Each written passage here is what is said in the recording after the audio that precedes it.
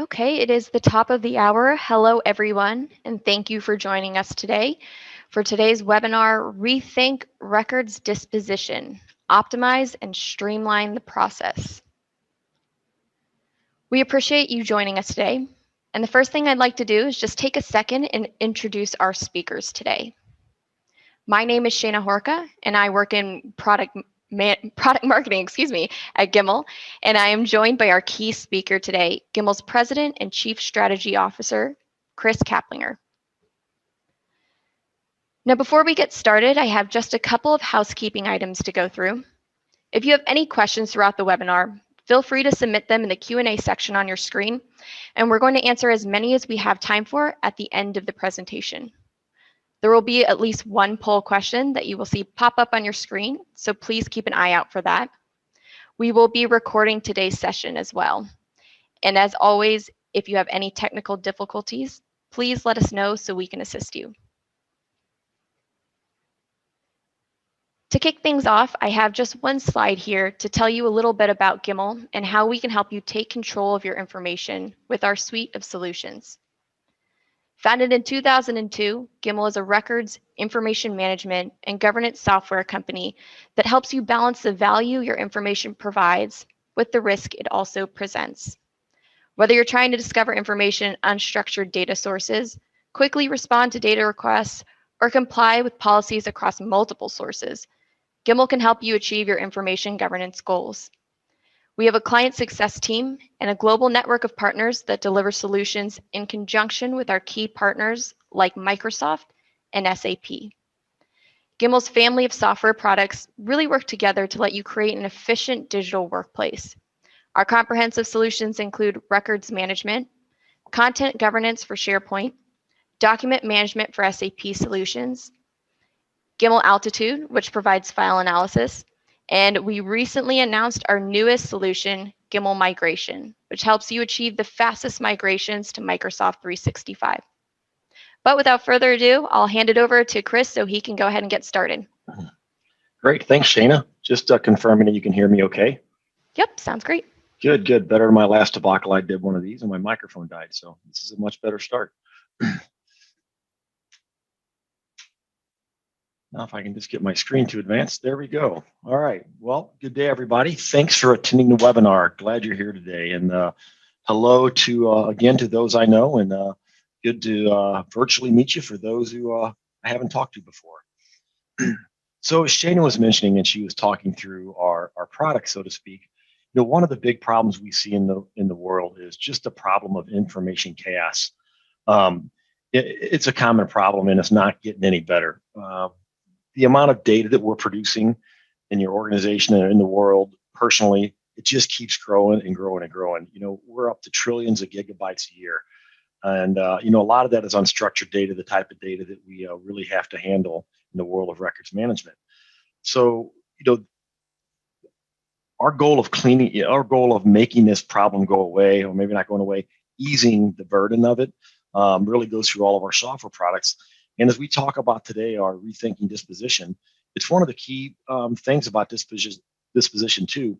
One of the reasons that we want to do it is we have to, this data can't just continue to grow. We have to find ways to get rid of this data. And disposition is one of them. And, you know, there is a definite difference between disposition and just deletion. Is, you know, you can go in and delete data, you know, when you want. If data is not important, it's not really a business record. What we're really talking today about is the disposition of records and the amount of business records that actually sit out there in this mountain of unstructured data, and dealing with it in a formalized process.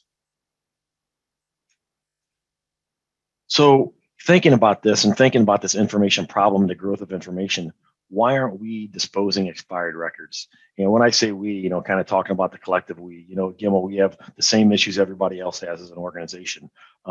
We have business records, and we have to figure out a way to get rid of the ones that are no longer relevant and have expired. So, you know, the first thing that happens is I talk to people is, you know, people are afraid to dispose of information because they may be subject to legal holds.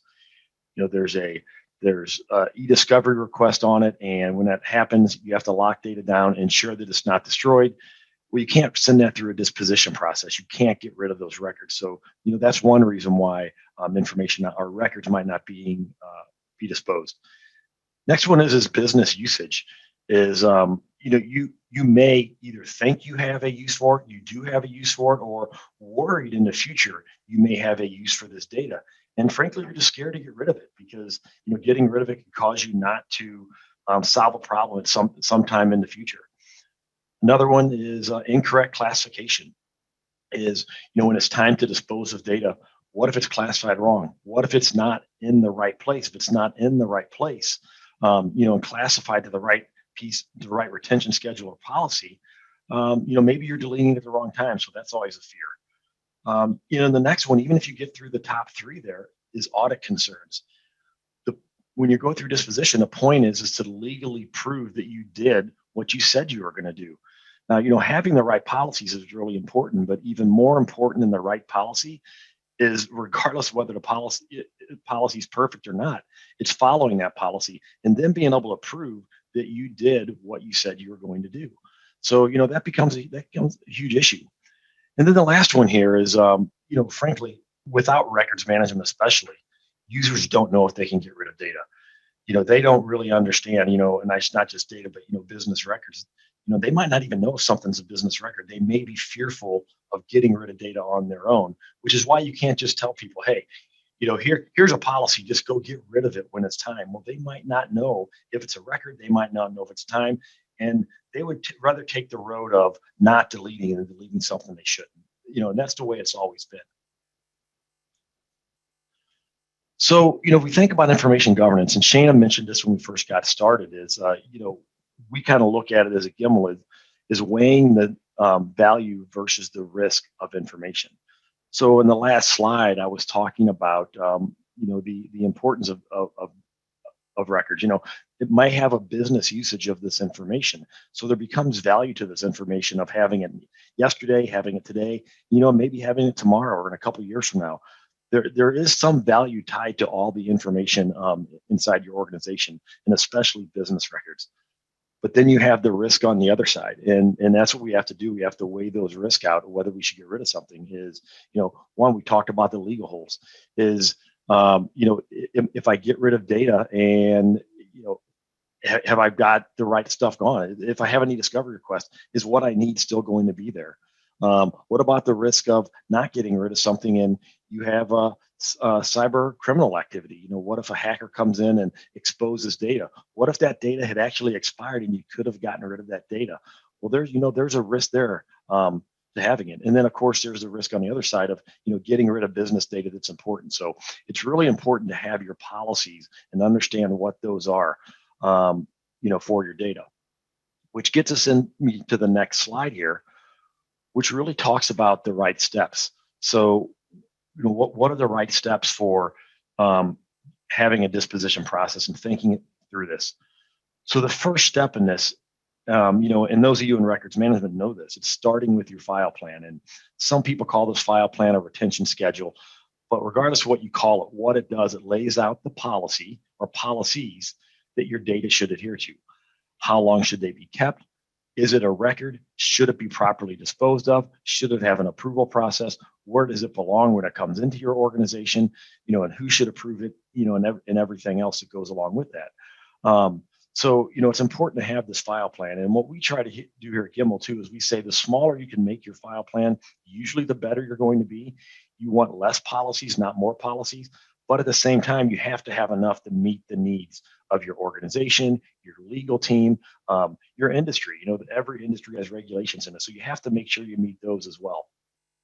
So once you're doing this and once you have the file plan that you need, you have to classify content. And this is perhaps the hardest part of it is, how do you get this massive amounts of content classified? It's a little bit outside the scope of disposition, what we're talking about today, but it is important. And it does make a difference. Is, do you have all your content classified to the right category in this file plan we just talked to? So it's very important as your information comes in to make sure it's classified to something inside the file plan. And that's whether it's a business record or just regular data or information. Even if it's not a business record, it might not be that important. you should still know what it is when it comes in, so you know how that information can be destroyed. The next two on here really come from a friend of mine who's probably on a call today. I'm listening in. Is, when I was getting ready to do this webinar, I gave him a buzz last week and I said, hey, what are, for you? He's the records manager at a large university. I said, what are the important steps for you? As we think about disposition, what are the things that are very important, for you as you do this? Because you've been doing records management for a long time. The first thing he told me was, and I totally agree with him, is coordinating with business and IT. So once you have this plan in place and the classifications going, you need to coordinate one with the business, because they actually own the data. It's their data that you're manipulating, and letting them know that there is a retention schedule and that the data is going to be disposed of according to this schedule, and being very transparent with them about what's going to happen. You don't want it just to disappear and them not know. So it's a transparent process. And then along with IT, where IT doesn't own the data, they're probably not so much worried about it going away, because they'd probably rather you have less data. But it's good to let them know that, hey, we have this data and this is what's going to happen to it. This is how we were disposing of it, and make sure you're meeting any needs they have in the information technology world as well. And then going right along with these is training the users. And that, again, something my friend told me, about this is, it's so important to not just train your users on how to use the software to dispose, but to train them that it's okay to get rid of data. You're going to get these requests. And if you get these requests and it's on schedule and you're following the process, it's okay to approve this data for disposition. So you really want to get them trained on both the software, what the file plan is, so to let them understand what data they're going to be getting the requests for and the notifications for, letting them know how to use it and letting them know how to go through that process of improving disposition. Very important that you take the time, and really it's any time that there's change management inside your organization that becomes important. And then finally here, you've got all that done. You've done everything you need to do. Your due diligence is ready. Everybody's trained. You got to put it into action. You've got to start hitting that button that says, it's okay to dispose. Go ahead and submit that approval, get it going, and and start the process. Okay, so with that, we are going to throw up a poll here, and Shane, I suppose that's something that you're going to pop up here. There it goes. All right. So the question that we have for all of you is: are you disposing records on schedule? So there's four answers here. One is all my records. Yes, everything that we do from a record standpoint, we're disposing of. The other one is, yeah, I do most of them. Someone's like, yeah, we've kind of got to process it some. And the other one is, no, we don't do this at all, which is why we're on this webinar today. We really have to think about this and how it works. So yeah, just answer that the best you can, and then we'll review that after everybody makes some selections here, and we can talk through that before we move on. So I'll do the awkward silence here and talk about nothing while we're waiting for those to come in. And there they are, it's popping up. So there's our results. So, it's kind of funny. If I could have predicted this, it's exactly what I would have figured everybody said, is that, most of us are saying, yeah, we're doing this with some of our records. But, a few of you, which is really cool here, is I see 33% says we're doing most of our records, which is a really good spot to be, actually. And then the idea of doing all your records, that's like the perfect records management program. So I want to give a handout to who's ever doing that. That's hard to do, and it takes a lot of work, and it's really cool to to see you doing that. And then those who selected none, hey, that's why you're here. And it's a hard process. You're with a large amount of organizations in the world. You really haven't even got going on the disposition process yet. Okay, that's the poll. So moving on here. Oops, I think I went the wrong way on my. There we go, poll. And then, yeah, what I wanted to get to next was the next slide, which is, really to talk about now Gimmal Records Management and our process for doing this. So we're launching this month, and really it's going to be out any day, is our new records management software. And it's not a new product. It's the same product as before, but we really spent a lot of time the last couple of years talking with clients and records managers mostly who do this, getting a really good understanding of what the disposition process should be. What are the things that you're seeing? What do we need to do to our software to make this work better for your organization? And we came up with some things that really needed to be addressed. And we think with this new software, we've done a great job of doing it. The feedback we've gotten so far has been excellent. And the first one is ensuring the right people are disposing records. So that's back to the the transparency, and making sure people are trained and making sure that the right people actually have access to the disposition process and they're actually going through that approval. Then part of this is our new disposition inbox that we put together. Is we used to just sort of have this one simple inbox that we used for everything, and now we split this up into several areas, which I'll show you, and it goes into sort of an enhanced approval process that we put together. We added some features to it that we thought were really important. The ability to pause and the ability to reject records was, our thought is the way disposition should work when we first did this is it's a very stringent process. You have to do this. But what we found out is there's always reasons it's something that you just need to hit pause or reject the records for disposition. So we put together what we think is a really good process for doing that as well. And then, of course, at the end, it's proof of destruction. We talked about that earlier. Is even if you're doing everything right, in the end, you have to legally prove that you're doing disposition and that you're doing it right. So that becomes really important as well. So what I'm going to do now, I think looks like we're doing good on time here. I'm going to spend about 5 to 10 minutes here just going through the software a little bit, and then we're going to pop in and I'm going to start answering some of the questions. And I think Shana might have one more quick poll question for you as well. So let me switch my screen here. Share. And hey, Shana, do me a favor. Just give me a confirmation that I switch screens okay. Yep, looks great. Awesome. Thank you. Okay, so this is our software, Gimmal Records Management, and I'm not going to go through the whole software today. We can always do a deeper demo for you after this is over. If you haven't seen it before, happy to really dive into this deep. But I'm just going to touch on a few of the key points that we made some really cool changes here. So the first one that we did, and I'm logged in here, I have 3 users. I have what I call my global records manager, which is sort of the corporate records manager who can see everything. Just a normal records manager, maybe from a division, or the records manager for a department or a region. And then I have somebody over here who's not a records manager. They're just an end user. So, the software is going to change, because that's one of the things that we really try to do is focus on the personas of somebody. This is who I am, and this is how I'm going to use the software based off what I do every day. So we try to put a hard focus on that. So the first thing I'm going to do is go over here and talk about something we call record filters. And it's a new concept that we put together. But the realization as we started looking at software was that and the way software works is software always has security built around it, and that's great. But ultimately, what happens here is that we need deeper security than what's already there. So we started thinking about metadata security, and which becomes a really cool security concept. And then we wanted to take it a little bit further and sort of put together this rule-based security around information. So what it allows us to do, it allows us to look at information, maybe it's the same information in 2 different places for 2 different reasons, and has 2 different security policies on it, which might mean that 2 different people are approving it, but ultimately they're all the member of the same record classification, the same file plan. We had people that were expanding their file plans to handle security, and we realized that was a terrible idea, and it was just really hard to do. So we came up with this concept called record filters, which has been working really, really well. And all it really is we just can use a set of rules to determine that which records that we're targeting for a certain set of users. Now, this one is super simple. My rule here looks complicated because I got this weird term in here.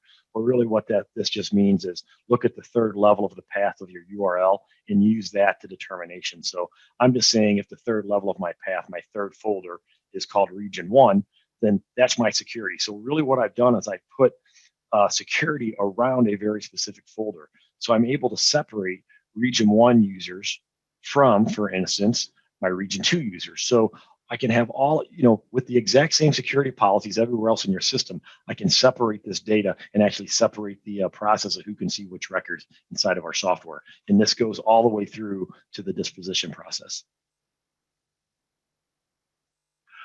So then what I do real quick here, I am just going to go up to a record class because I can't talk about this long because I know we don't have a ton of time today. And we'll talk about how these might work. I think it's contracts where I have them work at. Then I just take those record filters and I apply them directly to a record class here, and pops up. So then what I do here is I can just see that I've got my region 2 and my region 1 both applied to that, which that's what breaks and that's what separates those rules. And it's actually going to separate the security of those two, of that type of information into region 1 and region 2. So now I have that split up, and now I can have my, people who can dispose stuff from region 1 and people who can dispose stuff from region 2 without having to separate my file plan. So I know it's probably kind of hard to conceptualize from seeing it here, but it's a really, really neat concept that we'd had a lot of people asking us for, because the way they were organized and the way things were put together it wasn't a clean way to separate security. So we had to add additional things in there with metadata to be able to separate that. So that was the first thing I wanted to show. The second thing that I wanted to talk about was our disposition process itself. So I was earlier, or before this version, is what we used to have is this one inbox where everything was in there, and it was sort of hard to filter and really understand who was disposing what. So now if I come over to my inbox, so here I am, I'm logged in as me. I'm Chris. This is who I'm logged in as. I'm a global records manager, but I don't have anything in my inbox. I have absolutely nothing to display here. But if I switch tabs here to a different user, each one of my tabs up here in my browser represents a different user. This is Bruce. He's one user, and he's got his own set of records that are available for him to approve. That's a set of records here. And then I come over here to Jan, who is my other user, who's not a records manager, she's a normal user. She has a whole different set of records that she is set to approve. And it's possible to have two people where you combine them together into a group where they have the same records to approve. And if they do, they can work on those together, but generally these are separated. So what happens here is when you're doing this is, you're just selecting some things and you're approving it. So, you're just going through this process here, you're confirming it, and you're building out your approvals over time. Because that's one of the things that we learned is that nobody just approves and submits all the records on the same day. It's always a process that you do. It's always something that you work on over the course of a time. So, it's not a one-day thing. It may take a week. It may take a month for me to approve all these records. And then what I want to do is go back and submit all of those together all at one time. And that's something we allow you to do. The other thing that we can do is we can reject a record or we can pause a record. So we can go up here and just hit pause. And if I pause this, it's just going to put it on a predefined pause of a certain period of time where it's going to maybe pause for a week, a day, a month, however long I want it to. Then it's going to come back into the system and come back and ask me again. The other thing I can do is I can reject. And reject is sort of this place that it goes. It disappears out of the inbox and goes into my rejected records, that it's just going to be sitting out there waiting for me to go back and confirm that I want it to go back in. So as crazy as it sounds, this was something that a lot of people were asking for. Hey, I just need this stuff out of the way for a while. There's a reason from a business standpoint that we can't get rid of this data. And, so we needed a place for all that to go. You can see that I threw that over there. I had some other records in here as well. And those rejected records are viewable for my other users as well. So if I go over here to my global records manager, I can see the rejected records. So the global records manager could potentially look at this and say, hey, these records need to be reinstated. They shouldn't have been rejected. So global records managers can reinstate it, confirm it. And if I come back over here and do a refresh, they're going to be reinstated. So now they're going to be back up in the normal inbox for this person to use.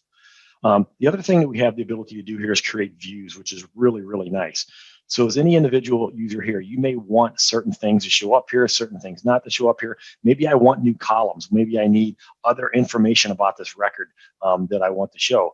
But I can also get rid of columns. So I can just go here in my columns and I can just turn a column off. Like for instance here, this was a source was turned off. So let's just turn that back on. I actually wanted to see the source of the record so I could see where it came from.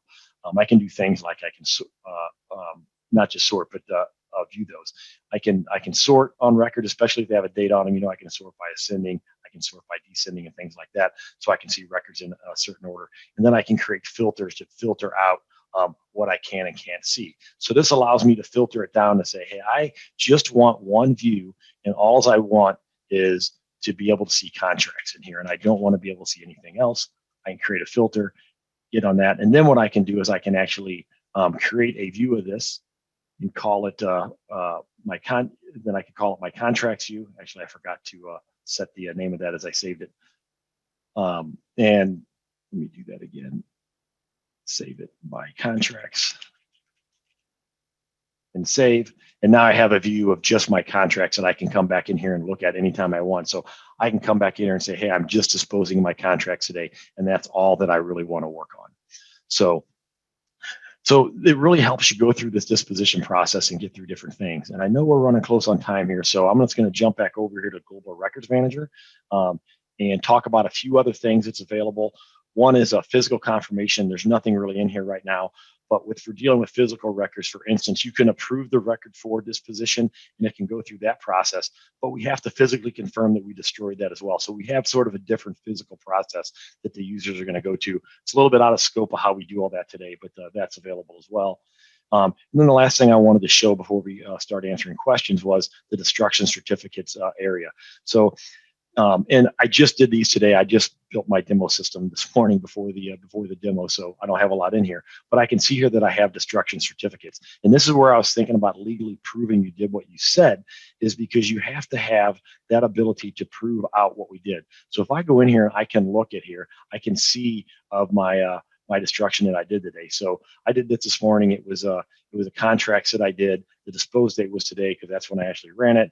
There were 2 records on here, and it only took 1 approver, and I executed that as a guy named Bruce. So it just kind of shows me if there were multiple approvers on here, it would go through and show you everybody that had to go through that approval process.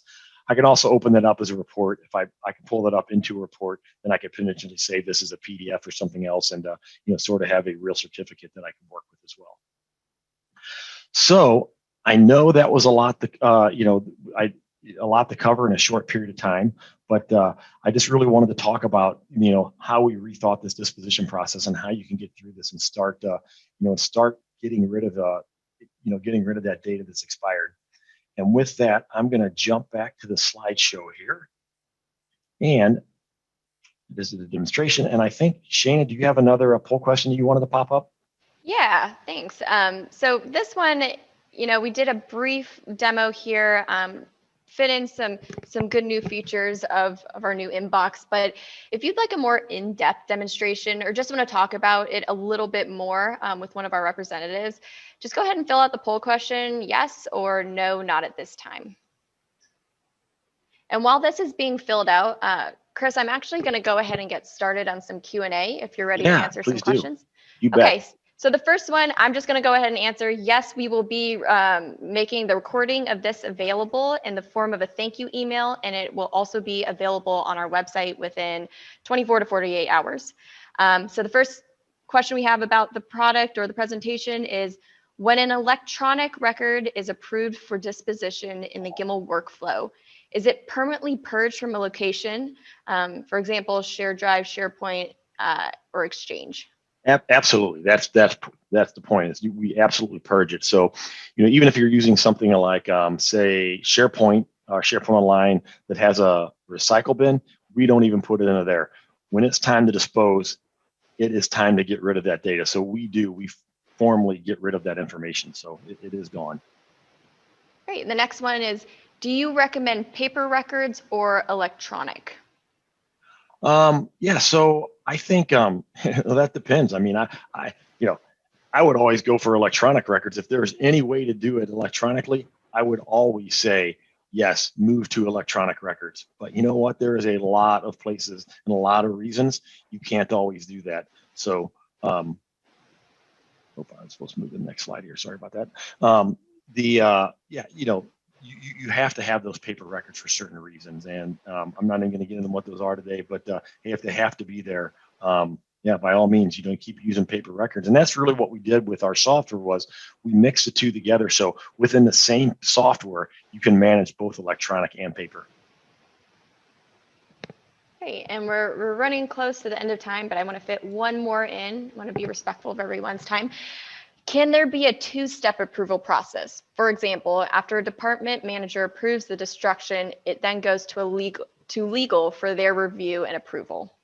Absolutely, yeah, and didn't really get a chance to show that today. But we can do that when we're setting up this position. It can go through multiple approval processes, and what's really good about that is it can go to an individual user or it can go to a group of users. A lot of times it's better to set up a group. because maybe you have somebody that is always approving it, but maybe they're out for a reason. So you might want somebody else to come take over their records for a while. So I always recommend creating a group out of that, and and letting that group be the one that you're sending it to. But there's no limit to the amount of steps. Something we see often is the fact that it goes to the business user first. Maybe it then comes to the legal for approval from legal, and then it might go to the records manager for final approval. So we handle those types of cases all the time. Great. Well, if anyone has any more questions, both of our email addresses are right there on the screen. Chris, if you could move to the next slide. You could always visit us at www.gimmal.com if you change your mind about a demo request, or send us an email at info@gimmal.com. Again, for those interested in the recording today, we're going to send it out between 24 and 48 hours. If no other questions sneak in, I wish you guys a great rest of your day, and thank you for joining. Yep. Thanks a lot, everybody. Have a good day.